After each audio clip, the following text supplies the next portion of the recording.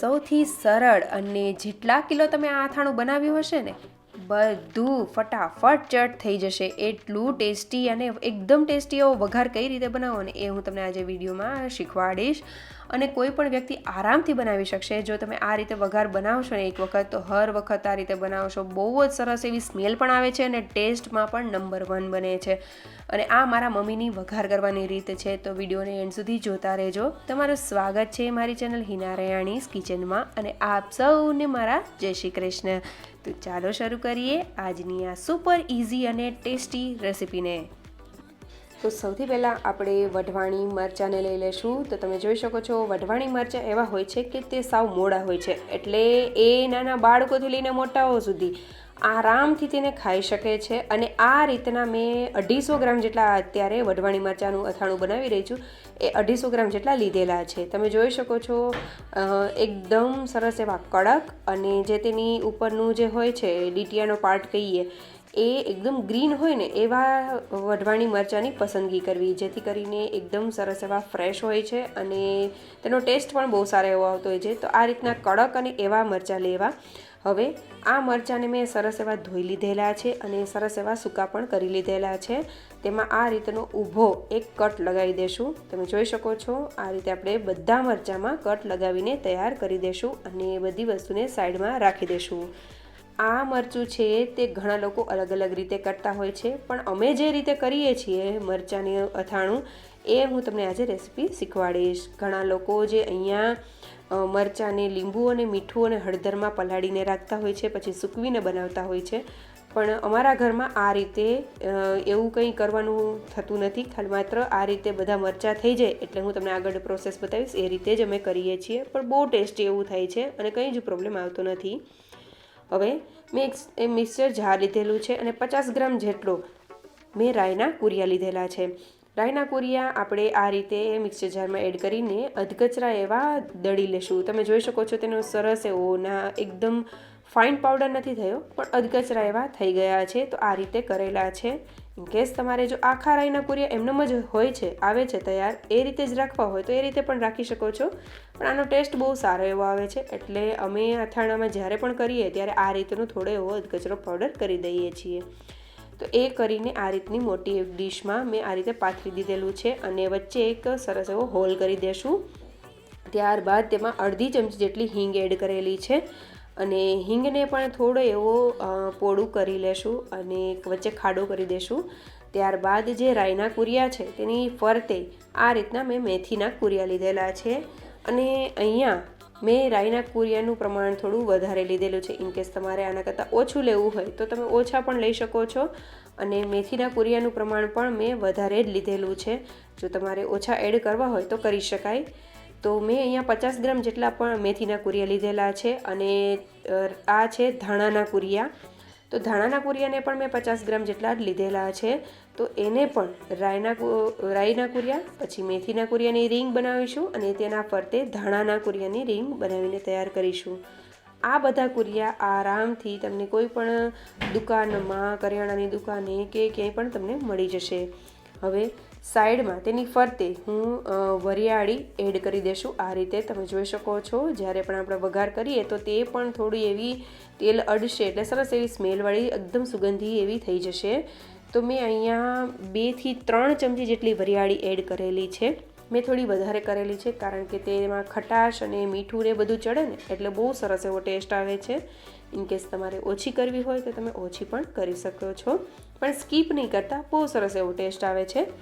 હવે જે આપણો બધી વસ્તુ છે તેની ઉપર મેં કાળા મરીનો પાવડર આ રીતે છાંટેલો છે. અધકચરા એવા જ કાળા મરીનો યુઝ કરવો જેથી કરીને ટેસ્ટ બહુ સારો એવો આવશે. તો આ રીતે બધા કુરિયાની ઉપર થોડા થોડા એવા છાંટી દેશું, સ્પ્રિંકલ કરી દેશું.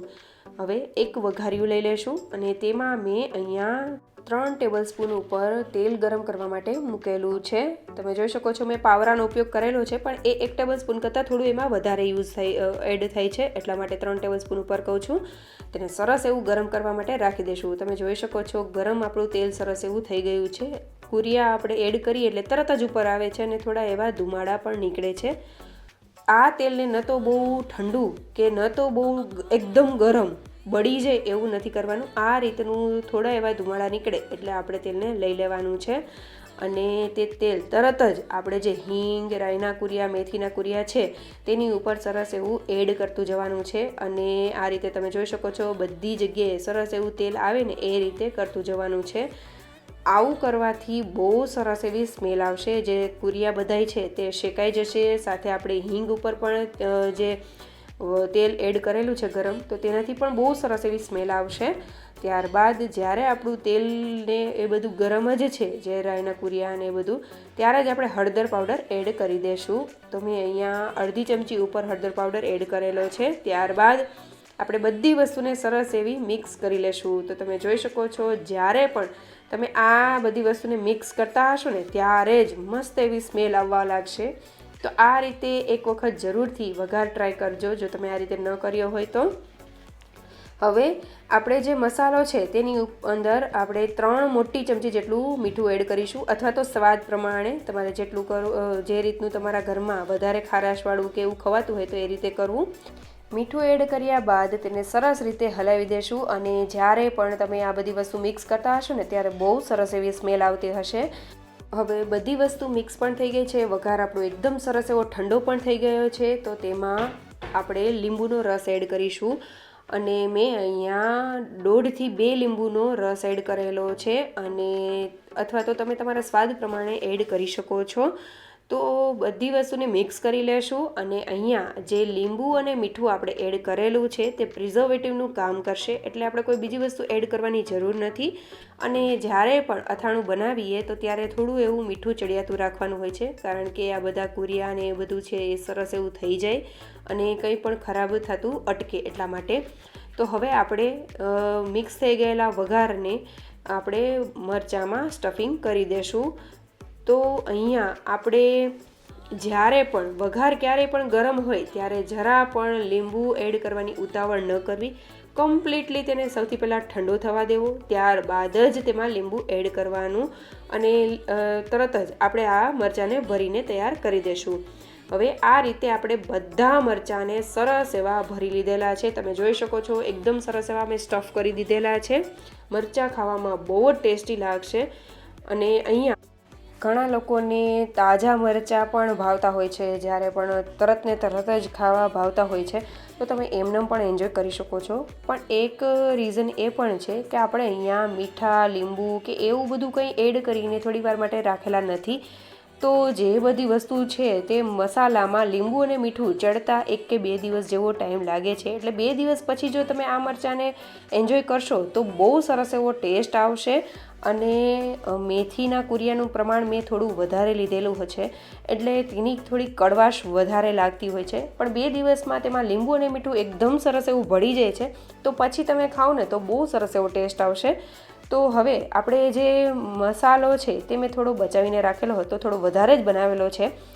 તો મરચાંને આપણે એક બાઉલમાં લઈ લઈશું અને તેમાં થોડો એવો મસાલો એડ કરીને સરસ એવું મિક્સ કરી લઈશું. એટલે ઉપરની સાઈડ પણ થોડો એવો તે મસાલો જે છે આપણો વઘાર કરેલો જે બોળો છે તે સરસ એવો ચોંટી જશે, એટલે બહુ સરસ એવું થઈ જશે. અને જે વઘાર છે તે થોડો વધ્યો પણ છે, તો તેને પણ તમે એક બરણીમાં સાચવીને રાખી શકો છો. તો આપણે એરટાઇટ કન્ટેનરમાં આ બધા મરચાંને સ્ટફ કરેલા ભરીને રાખી દેશું. અને બને ત્યાં સુધી આ મરચાંને તમે ફ્રીજમાં રાખવા, જેથી કરીને સરસ એવા રહેશે. હવે આપણે જે થોડો એવો બચ્યો હતો મસાલો, તેને પણ મેં એક બરણીમાં રાખી દીધેલો છે. અને આ મસાલો છે તેમાં લીંબુનો યુઝ કરેલો છે, એટલે તેને બહાર રાખવો નહીં. જો તમે લીંબુ યુઝ ન કરેલો હોય તો તમે રાખી શકો છો. તેલનું પ્રમાણ થોડું વધારે એડ કરવાનું અને બહાર રાખી શકો છો. પણ લીંબુ એડ કર્યા પછી તેને બહાર રાખવો નહીં, તેને ફ્રીજમાં જ રાખવો, જેથી કરીને ફૂગ ન વળે. તો જરૂરથી આ રીતના અથાણાં બનાવજો, બહુ સરસ એવો ટેસ્ટ આવશે. એક વખત બનાવશો તો હર વખત બનાવશો. અને આજની મારી રેસીપી તમને જો સારી લાગી હોય તો લાઇક, શેર અને સબસ્ક્રાઈબ કરજો. બાજુમાં પેલી ઘંટી જરૂરથી દબાવી દેજો, જેથી નવા વિડીયોના નોટિફિકેશન સૌથી પહેલાં તમને મળે. Thank you for watching.